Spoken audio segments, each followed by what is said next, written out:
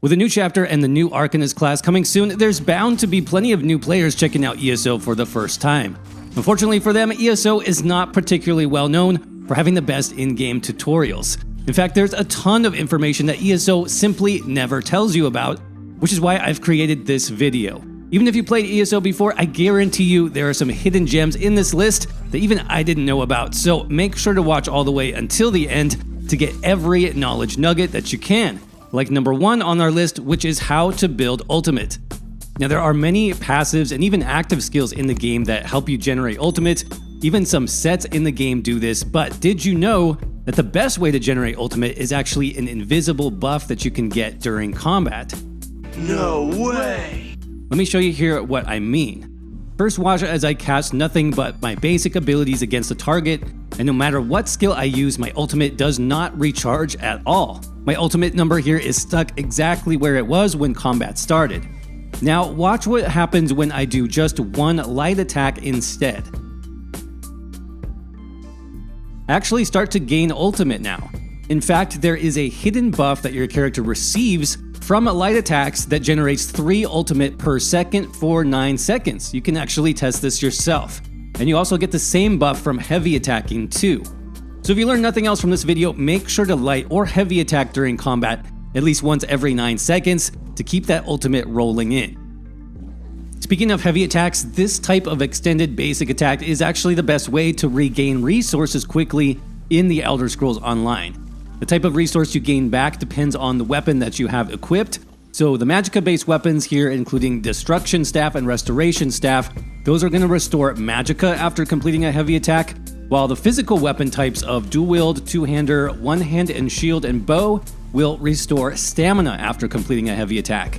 Knowing this, you can easily restore your resources to help you cast your abilities more frequently. And the pro tip here is don't wait until your magicka or stamina bar is completely drained before doing those heavy attacks, because this actually leaves you pretty vulnerable. For myself, I usually throw in a few heavy attacks once my main resource gets around 30 to 40%.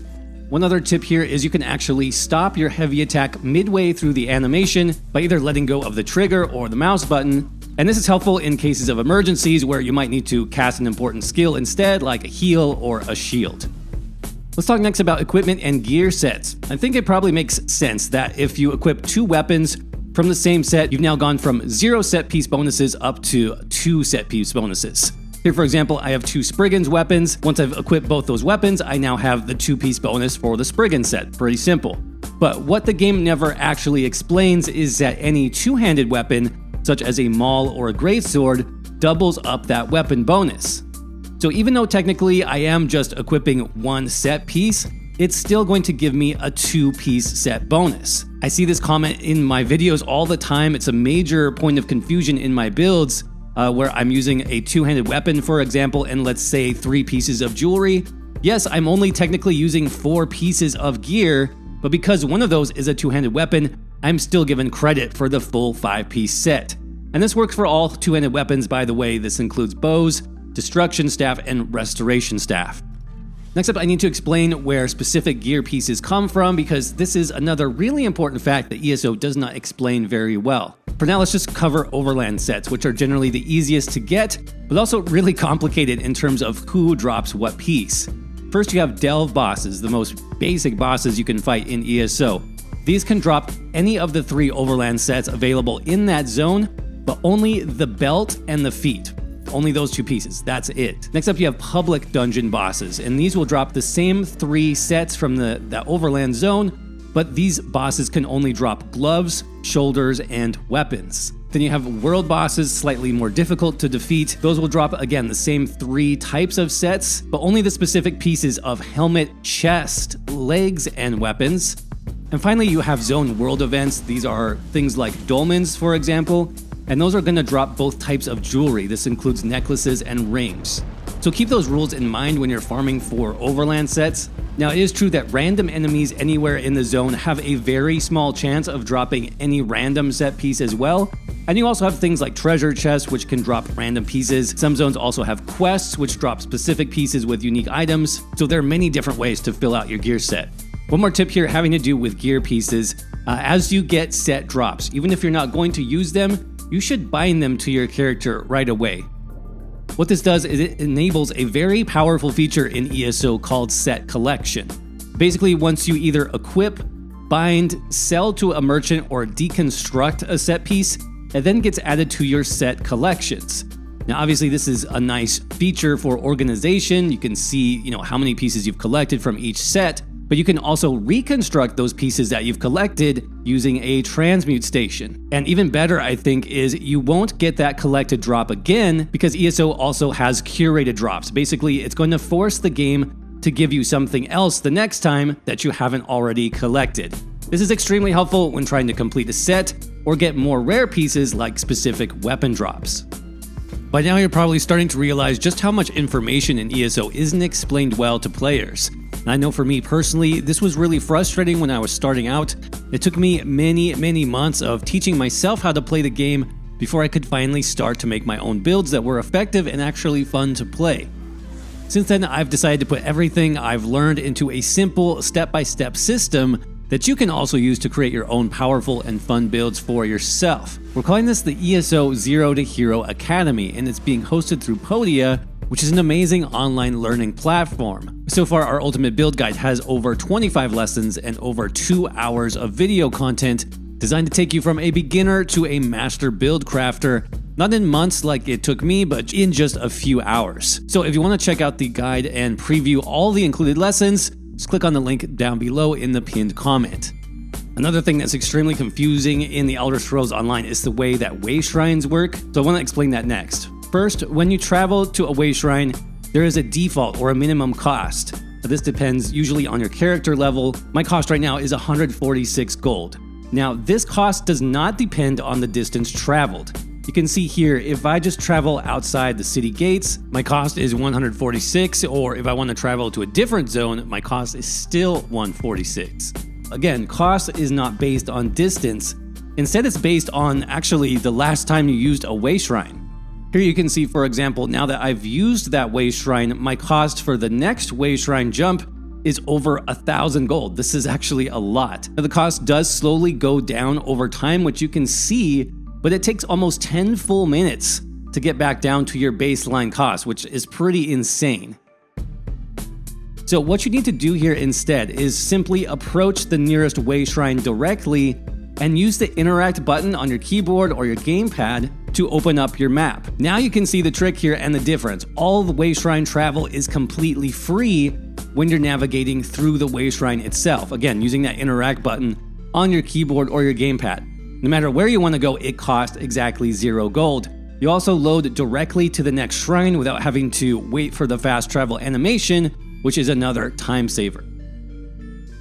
So the next thing here about Wayshrines is obviously how do you get to new zones on a new character if you don't have any Wayshrines unlocked yet? Well, there is actually a way to do this, but again, it's not explained very well in the game itself, and that is traveling by ship. So just to show you an example, here I am on a fairly new character, and you'll see that I have almost no Wayshrines unlocked for the different Alliance zones. Here's Auradon, Reaper's March, Minotaur, Green Shade, Grotwood. So that's all the 80 zones, and I can't access any of them by default on my new character. So here's the trick. If you go to the starting Alliance city, in this case Volkgard, it should have docks and ships that will take you to all the other zones in that Alliance, and even some DLC zones. All the Alliance starter cities actually have this. So for example, here's Glenumbra. The starting city is Daggerfall, and here are those different docks you can use to get to different locations. Then here is Stone Falls. Davin's Watch is the starting city for Ebonheart Pact. You have the docks here, same thing. So to make this work, all you have to do is talk to the navigator. We'll stay in Aldemary Dominion in this example, and we'll use the navigator to go to Grotwood. There's no ocean in Grotwood, so I'm not sure how that works, but here we are regardless. And you could add the main Wayshrine by just walking up to it and discovering that location. Then you just head back and do the rest of the zones the same way. So we'll go to Green Shade, and then from Green Shade we can go to Minotaur, and then finally Reaper's March. You can actually repeat this process for all the Alliance starter zones, and basically unlock every base game zone really quickly. Now before you do leave the main cities though, make sure to unlock your guild skill lines This includes the Fighters Guild, the Mages Guild, and the Undaunted Guild. You just speak to the representative for each guild, say you want to join them, and that's basically it. What this does is it actually unlocks the skill line so you can begin the process of leveling it up and tracking where you are in the ranks. This can take a very long time in ESO, so it's great to start this early, plus the skills and the passives you gain access to over time are very useful for all kinds of different builds, so do not skip out on this. Speaking of skills, we need to explain skill bars here and how to level skills up effectively. ESO is actually pretty different from traditional Elder Scrolls games, where in those games you typically need to use the skill in order for it to level up. In ESO, it doesn't actually work like this. Instead, all you need to do to level up most skills in ESO is to have that skill placed onto your active skill bar when you gain experience. Now, the recommended way to do this on a new character, for example, is to take the first skill from each of your 3 class skill lines and place those on your bar. Those skills will then begin to gain ranks equally, and it will also level up your 3 class skill lines equally at the same rate. From there, you can add a 4th skill, and this is typically a weapon skill. The way you unlock the weapon skill lines, by the way, is to equip that weapon and then get some experience with it equipped, or kill an enemy basically. Once you do this, you are now effectively leveling up 4 skill lines at the same time, which is great. Now, things do get a little bit strange once you get to that 5th skill, however. Let's say in this case that I want to switch over to using a bow on my character. I can equip a bow and defeat an enemy to unlock the bow skill line, and then place that first skill onto my bar. But let's say that I also leave my previous skill, the dual wield skill, on the bar as well. Keep in mind, I'm not using dual wield, I don't have a dual wield weapon equipped, but this is actually still very useful, because what happens is that my dual wield skill line and that dual wield skill will continue to level up. It is weird, like I said, that ESO works like this, but you can also use this fact to your advantage to level up 2 and even 3 different weapon skill lines, plus your 3 different class skills all at once you unlock your ultimate slot. So that's a total of 6 different skill lines, all progressing at the same time. Most players know about sky shards in ESO as a way of gaining skill points, but this is actually my least favorite method because it's very time consuming and it's also pretty boring. I think there are much better ways to get skill points easily in ESO, and all you need to do is just play the game. First, you probably know that leveling up will give you anywhere from 1 to 3 skill points per level, so this is the primary way you'll be getting those points early on. Next, I usually do as many public dungeons as I can.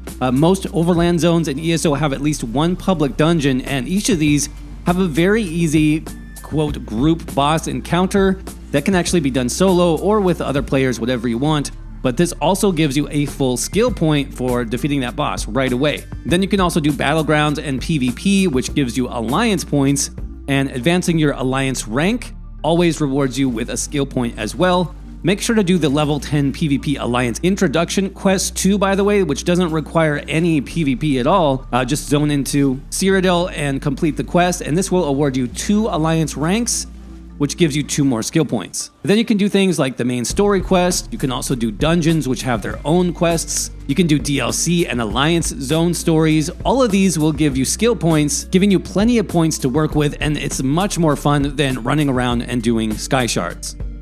So obviously there's a lot of different skill types in ESO, but probably the most difficult to use is ground-based AoEs that you have to target. An example of this would be the volley skill from the bow skill line. Now, as I'm trying to use this by default, you can see the first click that I do with skill, the skill actually doesn't go off. Instead, I need to select the area where I want the skill to go, and then I need to click the skill again to fire. This does help you a bit to be more accurate, but generally with skills like this, the area is big enough where you'll hit most targets anyway, and you really just want it to fire off as quickly as possible without having to press the same button twice. Now, there is actually a solution for this in the game settings. In the gameplay section, you'll need to find the quick cast ground abilities and change this from automatic to on. And this now gives you the quick cast version of all of these skills, where you only need to press the skill button 1 time to use it. One more combat tip here has to do with blocking. Now, the ESO tutorial does explain blocking in that it reduces damage. It also stops you from being knocked down by heavy attacks, which is all good. But another interesting fact about blocking in the Elder Scrolls Online is that you can also block and cast abilities at the same time. This is called block casting. I don't think this is something that is very well explained in the game, but it's actually an extremely powerful survival tool. Now, any skill in the game can be block casted as long as it does not have a channel time. So for example, on my Templar, I can hold block and I can press a heal. I can hold block and use my shield. And you can tell I'm still blocking, by the way, because the shield icon that appears while blocking stays there even while casting the ability. Now here you can see a channeled skill like Puncturing Sweep does drop block, but like I said, for most skills, this is an amazing trick that really increases your survivability. It's going to be great for tank builds and also an amazing tool for anyone in PvP content. Quick housing tip, and that's to pick up the free Armory station from the Crown Store housing menu. Now, this is going to be listed under Services, Crafting Stations. It's not really a crafting station. It's basically a way to save your builds. But if you keep one of these build slots empty, it's going to give you a way to completely respec your character, including all skill points, all your attribute points, champion points, 100% free of cost. And now you do lose your Mundus Stone and your curse if you are a vampire or a werewolf, but if you're not worried about those things, this is a great way to save thousands of gold on Respecs. Another quick tip here for players that have reached level 50 and above, if you do have one character that hits level 50 and you're now earning those juicy champion point ranks, any CP that you've earned can actually be used on other characters on your account, even if they are below level 50. So this is a great way to make leveling alternate characters and new characters even easier and more convenient. Here I am on just a Necromancer, level 46. Let me show you my CP loadout. I'm not using it that much, but I am using just some quick convenience CP stars. So for example, Steed's Blessing in the green tree is going to give me 20% bonus move speed. This is great for new characters. In the red tree, Celerity is giving me 10% more bonus movement speed. Bloody Renewal is giving me stamina sustain, and I'm also getting more recovery and max health. Blue tree I'm not really using. I don't think it's quite necessary when leveling a new character, but you can if you want, and it would make it that much faster. And my final favorite tip for this video has to do with mythic items. If you are a mythic enjoyer, I really hope you stayed to watch this because it actually saves an insane amount of time. So even though mythics are incredibly powerful, they still count as basically any other set piece in the game. And because of that, they can be collected and they can be reconstructed. So for example, if I come over to our Transmute Station and Reconstruction, all I need to do is go all the way down to the Miscellaneous section and Antiquities, and you'll see that any mythic items that I've already completed can now be reconstructed, and it's only going to cost me 25 Transmute Crystals. So yes, while you could, go through all the leads again and scry for all the pieces and excavate everything all over again, please don't do that, because you can come to any Transmute Station and reconstruct a new one for a different character in just a few seconds. But hopefully you found that tip and all the others in this video helpful. I'm sure you can see now there's tons of information available that ESO just doesn't explain very well to players. If you want to learn even more, make sure to check out our ESO Zero to Hero Academy, which I mentioned earlier. I'll have that linked in the pinned comment down below. As I said, this has an additional 25 lessons and over 2 hours of video content designed to help you understand everything you need to know to take your ESO journey to the next level. As always, thank you all so much for watching. I hope you are doing well. Stay safe out there, and I will see you around in the next video.